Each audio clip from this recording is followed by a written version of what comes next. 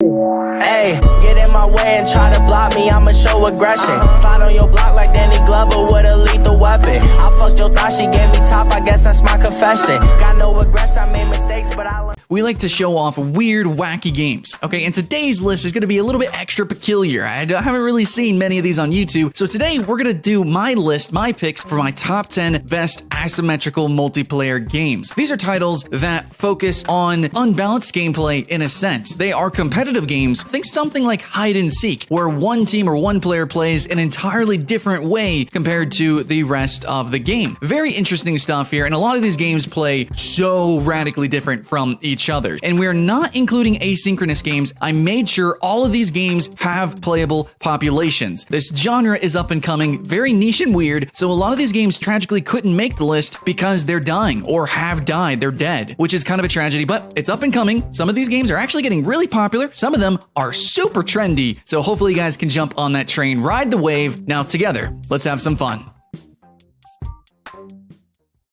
Alright guys, number 10. I love slapping this game every chance I get into a top 10. If it was my pixel art list, if it was my party game list, what have you, dudes, I'm talking about Crawl. This is a party game, competitive, couch co-op-y, dungeon diver thing. It's super strange. So it's asymmetrical multiplayer because it's 3 players who happen to be necromancers that are spirits that possess traps, monsters, and potentially the hero character. So yeah, one player starts as the hero, but then you kind of rotate through the body as you try to kill the hero so that you can possess the body, and then you travel through the dungeon, you acquire loot, you gain monsters that you can level up and evolve and whatever. You go all the way to the end of the boss, and then you even gotta fight the boss, which the other players actually control the different limbs and things for. It gets crazy ridiculous, and then whoever actually escapes the dungeon by possessing the hero, the body, and then leaving is the winner. And it sounds super unbalanced and chaotic. It's chaos and it's fun, but it's actually more balanced than you would think.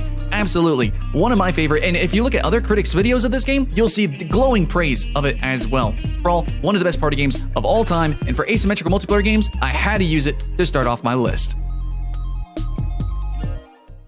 Next up, Snipers vs. Thieves at number 9. Now, this is a mobile game as well. It's a shooter. It's a first-person shooter, but don't let that scare you. I promise you, it actually works near flawlessly. There's also really cool gadgets and upgrades, and it's really more of a strategy game, and it uses placing-style aim. Thieves do run in predictable patterns. Thieves do have certain paths that they can run through, and it's kind of like Tower of Power if you've ever played those mini games in like Halo or maybe Gmod or some custom game maker. But yeah, one sniper in a tower is shooting thieves as they run through the lanes, and the thieves can actually work together. You can play with your friends, and you have all these crazy gadgets, like you can actually throw rockets at them, or you can have inflatables, or you can have like little bushes that you can kind of hide or use as defense. A lot of weird, wacky stuff in this game, even for the sniper as well. You can have like, airdrops and things too. So it's a really fun game that even as a first-person shooter on mobile devices, I would honestly put it as my top 10 FPSs of all time, including all consoles, PC genres. But as an asymmetrical multiplayer game, it's real-time PvP, sniper versus thieves.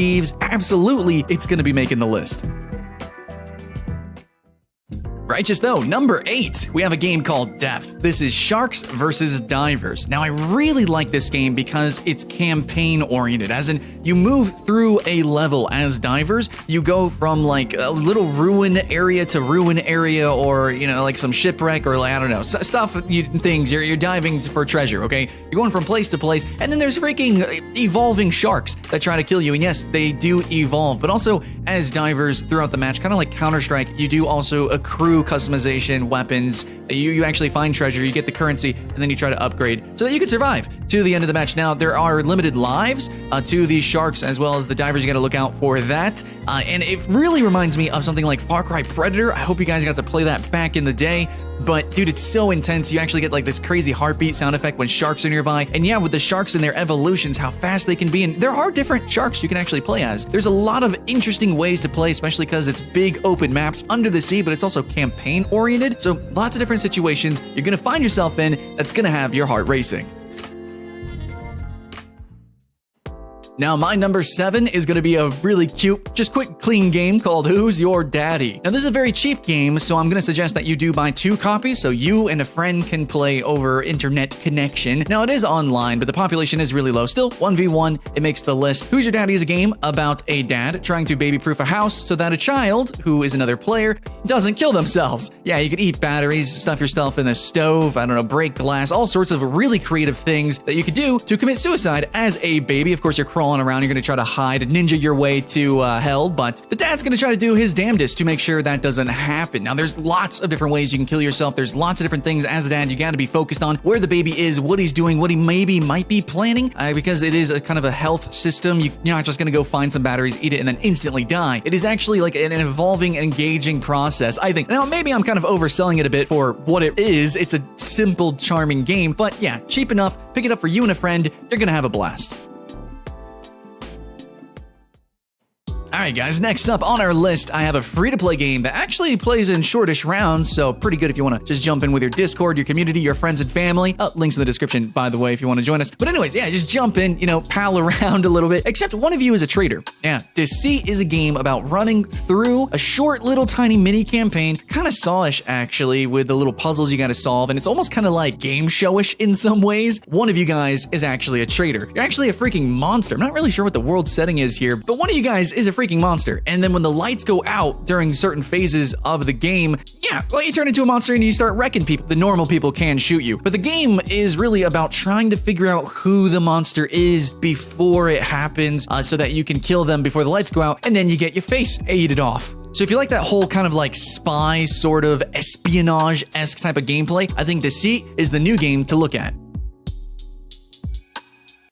Well, moving through the list halfway now, we have an IO game. And there's lots of free-for-all IO games. There's lots of weird creative IO games. I got multiple lists on those. If you guys click the description, you're gonna find some. But I'm gonna put Deep.io specifically for asymmetrical multiplayer games. And I feel like I gotta kind of explain myself here. Now, I debated putting it on the list, but because you do jump into the game that's always constantly being played, you do join with an imbalance. And you normally do in IO games, but Deep, more than any other IO game I've played, has this weird freaking ecosystem. It's like Agar times 20, because you have all these different creatures you evolve into, and these different creatures eat other different creatures and have other different resources and do other different things, and it's literally like, I know it looks like fishes and there's like a whole ecosystem on the screen. Literally, that's what you're seeing. Like gulls are gonna be eating crabs, or I think crabs can actually do a lot of weird stuff on land, and then gulls can dive, but they can't go too deep, so then the squids are, the kings of the deep sea, but then you have like all these other creatures that do other things. There's even like freaking like leeches where you can leech onto other players, and I don't know, a lot of weird stuff, and it's extremely asymmetrical, but it's kind of like tenfold. So it's like one team versus another team versus another team versus another team that you constantly evolve through and go through the food chain. It's just weird, and the fact that there is a food chain in Deep.io is why it makes the list. Yeah, but now we're into the big bad 4. Now here is an early access game that I fell in love with instantaneously, and it's a game called Witch It.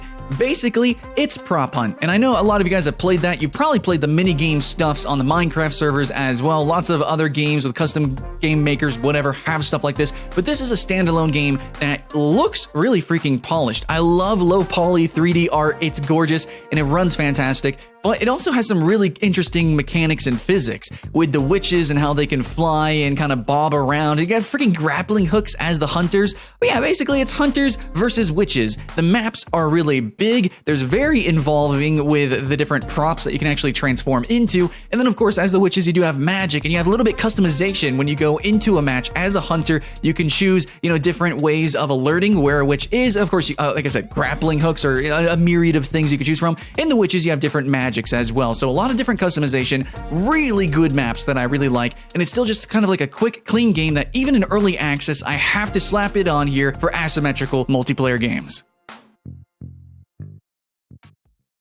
Next, number 3, I'm gonna put Dead by Daylight. Now, I think some of you guys were expecting this to actually be number 1. It's good. It's cool stuff. I understand. One of the most fun stuff to watch on Twitch, YouTube, what have you. I really like the personalities that have come out from this game, and I kind of like the copycats that have been trying to come out for this title as well. Some people might reference it like it's similar to Evolve in some ways. Nah, it's really its own special thing. Basically, there's a killer or a monster, and there's actually a myriad of those that you can choose from, and then you have survivors. And I really like that there's this sort of like alternate objective sort of way to play the game. There's a couple of different ways that you can go about actually hunting or hiding, and I just really appreciate that. So you don't run through a campaign of a level, it's more like an arena, but still you're gonna be crisscrossing paths, running all over the place, and really it's truly hide and seek, but then you also have these like little objectives that you have to pursue in order to really win and survive or to hunt your prey. So in the end, I like this game, and I'm choosing this one over the clones and over the other more buggier games. I just want to really highlight this one as the number one. Let me know what you think in the comments below.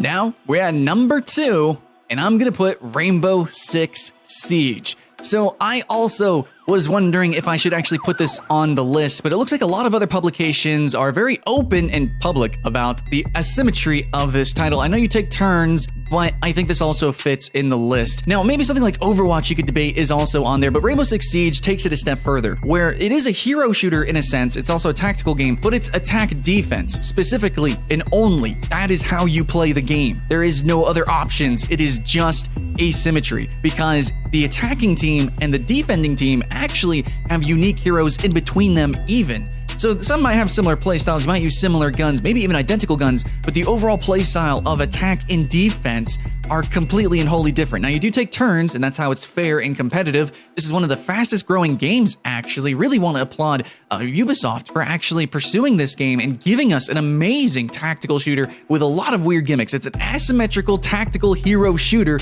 It's a really weird title. Didn't expect it to blow up, but it actually did. It's actually fantastic now, runs great, and I'm having a lot of fun. We're still learning the game. Actually, this is probably one of those games that has like the highest skill ceiling and learning curve. That's okay. It's okay to suck. At least that's what I'm telling myself. And hopefully you tell yourself that too. Jump into Rainbow Six Siege, party up with me. Links in the description for Discord, and maybe we can make some magic happen. But now, before I get to our number 1, as I said earlier, a lot of games didn't make the list because of population issues, and I care about the experience you guys have. I don't want you to waste money and time, and so I have an honorable section here, honorable mentions of games that I enjoyed, I thought were interesting, but they're just too niche now, and they fell away. So, first game I want to talk about is Evolve Stage 2. Turtle Rock, the makers of Left 4 Dead, actually created this game. It had some big, awful publishing issues. It's really a tragedy. It's still free to play. You still might be able to find some matches. I really hope you can at least play this game one time as a human and one time as a monster. It's a very interesting game. I hope one day they allow us to make custom servers and allow us to LAN it, because then I think it could live on. But here I think it can really only exist as an honorable mention. Next up, we have Natural Selection 2. This was a game that just had such a ridiculous learning curve, and I mean like insane. It is insanely complicated. Monsters versus humans, except it's like an RTS at the same time, so you're building a lot of stuff, getting resources, but you're still fighting like it's an FPS in like these really closed-in corridors, but it's so fast-paced. Really interesting game, really weird, one of the most unique games of all time. I'd probably put it in my top 10 most unique games and higher up on the list. But nobody plays it, and you need teams, large teams, to really fully feel this game. And then the last one is a game called Savage Resurrection, which is another mix of strategy and FPS. It kind of felt like Unreal mixed with a strategy game, so it's an action RTS. And we do see some of these actually becoming popular when it comes to like the MMO space, or when it comes to like medieval melee fantasy, like with the upcoming Conqueror's Blade. I'll do videos on that. But Savage Resurrection just really didn't hit any special sweet spots, it seems, for anybody, any community. And so, again, zero population, can't recommend it. So now, with those out of the way, and you know my reasoning of why I picked the games on this list, I gotta put as my number one, actually, kind of like the grandfather of all asymmetrical multiplayer games, at least the modern era of such, and that's gonna be Left 4 Dead 2. So I'm doing number 2 because that's the newest one. It has like the most mods, the most community, as well. It actually includes the whole campaign of Left 4 Dead 1. So yeah, basically just get Left 4 Dead 2. That's all you really need. But even though this game is an oldie, it's still a goodie. This one still has a lot of people playing it, and it's the one that inspired so many other games. Like I gave an honorable mention for Evolve, Turtle Rock's first game, they worked on Left 4 Dead. And Valve helped them out, they published it, and it became such a huge thing, and it inspired so many other games. I know that Psyonix's Nosgoth directly took up from a lot of the mechanics of Left 4 Dead, though that was also a game that maybe I could have honorably mentioned. Anyways, Left 4 Dead 2, no, still going strong, still kicking, and still inspiring more games such as Vermintide and Vermintide 2, which is up and coming, or just released. But Left 4 Dead 2, hopefully I don't need to explain too much of what it is, but basically it's a zombie game, really fast, crazy zombies, lots of mutated zombies, and when you play the PvP, it's humans running through a campaign, so like Depth, yep, this game inspired Depth, and you're running through levels, you're doing objectives, and yeah, you're being invaded by freaking boomers and smokers and spitters and all sorts of ridiculous zombies that the players actually control and have their own unique mechanics with that. And you're trying to run around, scrounge around for, set up interesting traps as the humans, maybe like some explosion barrels somewhere, getting lots of different guns, a lot of ridiculous, silly fun to be had here that people are still playing and still having fun even to this day. And that's not even talking about the modding scene, really. But lastly, I do want to say, asymmetric or not, even if you want to play just the co-op or even just play single player, Left 4 Dead 2 is still a pretty freaking fantastic game, well-rounded all around. Yeah, guys, that's going to be the end of my top 10 list. Asymmetric multiplayer games. A weird list, I know, but that's what you Patreon for. That's what you donate for. That's what you thumbs up for. That's what you leave your comments saying. Thank you, Daddy Sky. I don't know why you guys say daddy, but whatever. Anyways, thanks so much, guys, for the love and support. And I just want to ask any other top 10 ideas you have. I play a lot of weird freaking games. I don't just want to do MMO top 10s. Come on, guys. Give it to me hard in the comments below. Let me know. But either way, hope you guys keep that hype alive. Thanks so much for watching. Hope you had fun. And I'll see you in the next one. Hey, get in my way and try to block me, I'ma show aggression. Slide on your block like Danny Glover with a lethal weapon. I fucked your thought, she gave me top, I guess that's my confession. Got no regrets, I made mistakes, but I learned.